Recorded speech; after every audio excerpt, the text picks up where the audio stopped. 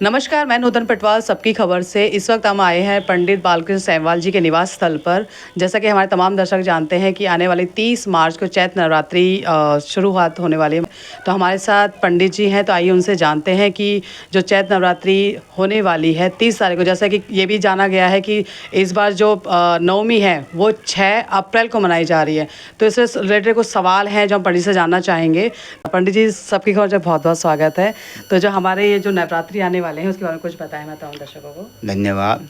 ओम मंगलम भगवान विष्णु मंगलम गरुड़ध्वजा मंगलम पुंडरीकाक्ष मंगलाहे तनोहरि मंगलम लेखकानां तु पाठकानां च मंगलम मंगलम सर्वलोकानां भूमि और भूपति च मंगलम मंगलम भगवान शंभो मंगलम वृषभोध्वजा मंगलम पार्वतीनाथ मंगलाहे तनोहरा मंगलम भगवती माता मंगलम सिंहवाहनी मंगलम सिद्धधात्री चा मंगलाहे नमो नमः। शर्मंगलमांगल्ये शिवे सर्वार्थ साधिके शरणे त्र्यंबकम गौरी नारायणी नमोस्तुते। इस चैत्र नवरात्रि में मैं सभी देशवासियों को शुभकामनाएं प्रदान करता हूं कि इस नवरात्रों में माँ भगवती सभी देशवासियों पर अपनी अनुकंपा बरसाए रखें। इस समय जो चैत्र नवरात्रा है, इससे हमारा नया वर्ष प्रारंभ होता है और माँ भगवती की आराधना होती है।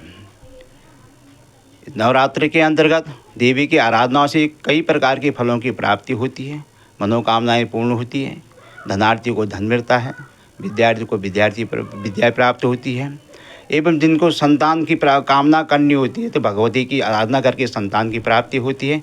एवं अनेकानेक जो मनोकामनाएँ हैं उनको पूर्ण करने के माँ भगवती की आराधना की जाती है।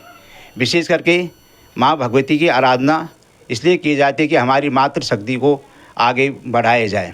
किस प्रकार से हम अपनी मातृशक्ति को आगे बढ़ाते हैं, ये पुराणों से चल के ही आ रहा है। इस समय माँ भगवती हाथी पे सवार होकर आ रही है, जो है शुभ फल प्रदान कर रही है। इस समय सभी देशवासियों को मैं रामनवमी की भी शुभकामनाएँ देता हूँ।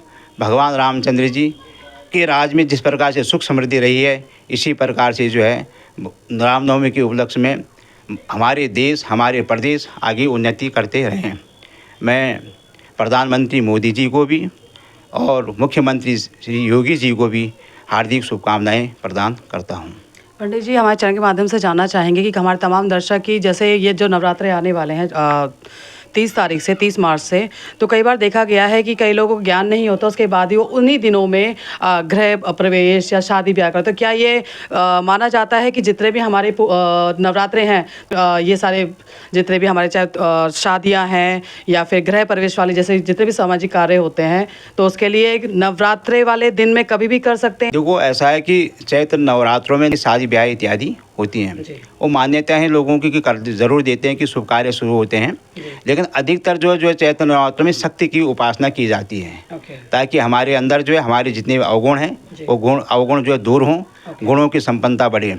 और अधिकतर जो है जब सूर्य मेघ राशि में आ जाते हैं वैशाख के महीने, तो उसमें जो है फिर जो है शुभ कार्य, शादी ब्याह इत्यादि और व्यापार के लिए शुभ काम और गृह प्रवेश इत्यादि शुभ कार्य और चूड़ा कर्म संस्कार एवं अनेकानेक जो हमारे हिंदू धर्म के अंदर का संस्कार हैं, शुभ संस्कार हैं, उन संस्कार किए जाते हैं। उपनयन संस्कार है तो जो है अधिकतर लोग ज़रूर करते हैं नवरात्रों के अंतर्गत। लेकिन जो है मेरी तो यही है सबसे कामना है कि जो है ब्राह्मणों से भी कामना है कि नवरात्रों में भी माँ भक्ति की उपासना करवाएं लोगों से, ताकि जो है उनकी जीवन में सुख समृद्धि बनी रहे, है ना। तो इस प्रकार से जो है नवरात्रों में माँ भगवती की आराधना करें और रामनवमी के उपलक्ष्य में सुंदरकांड का पाठ करें, रामायण का पाठ करें, ताकि जो है जीवन में सुख समृद्धि आती रहे। पंडित जी, अंत में एक सवाल आपसे और कि आपसे जानना चाहेंगे कि आप जब ये माता की चौकी होती है तो इसी में आप संलग्न होते हैं, कोई और भी आप कार्य करते हैं? थोड़ा तमाम दर्शक बताएं कि अगर आपसे संपर्क करना चाहते हैं क्या क्या आप चीज़ें करते हैं? देखो, माँ भगवती के लिए दुर्गा सप्तशती का पाठ विशेष करके किया जाता है, नवाण मंत्रों का जाप किया जाता है। लेकिन जो अनेकानेक सिद्धियाँ हैं, जैसे 10 महाविद्या हैं, उनकी सिद्धि प्राप्ति के लिए नवरात्रों में शक्ति की उपासना की जाती है। तो इस प्रकार से जो है जितनी भी शक्ति को, आंतरिक शक्ति और बाहरी शक्ति को पूर्ण करने के लिए माँ भगवती की आराधना की जाती है। जी, तो जैसा कि मैं आपके विजिटिंग कार्ड में देख रही हूँ कि आप कर्म कांड, कुंडली मिलान, काल श्रव दोष निवारण, नवग्रह शक्ति, तो ये सारी चीज़ें आप करते हाँ हैं। बिल्कुल मैं ओके, तो एक बार अपना निवास स्थल का एड्रेस बताएं ताकि कोई भी आपसे अगर संपर्क करना चाहे तो यहाँ पे आपके से संपर्क वैसे तो मैं मूल निवास का उत्तराखंड का रहने वाला हूँ। जी। पट्टी ढोंडियाल से हूँ। ओके। ग्राम कोलिंडा मल्लग एवं बेड़ा, जी।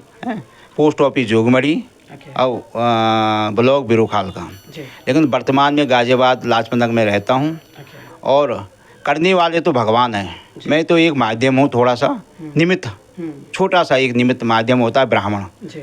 अब क्योंकि ब्राह्मण जो है भगवान के प्रति एक छोटा से तार को मिलाने वाला होता है, अच्छे कर्म करके। जी।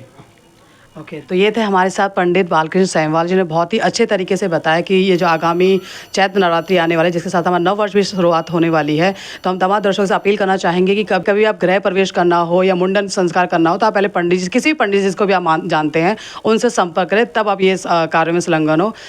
और अधिक जानकारी के लिए कभी भी हो तो जैसे पंडित जी ने बताया, मैं आपको एक बार फिर बता दूं, जो पंडित जी का निवास स्थल है वो है 386 B Lajpat Nagar, near C block Mother Dairy Sahibabad. तो हम तमाम दर्शकों को कहना चाहेंगे कभी भी आपको कोई भी विचार विमर्श करना हो तो आप पंडित जी इस निवास स्थल पर आके मिल सकते हैं। बहुत बहुत धन्यवाद। मैं नूतन पटवाल, सबकी खबर से।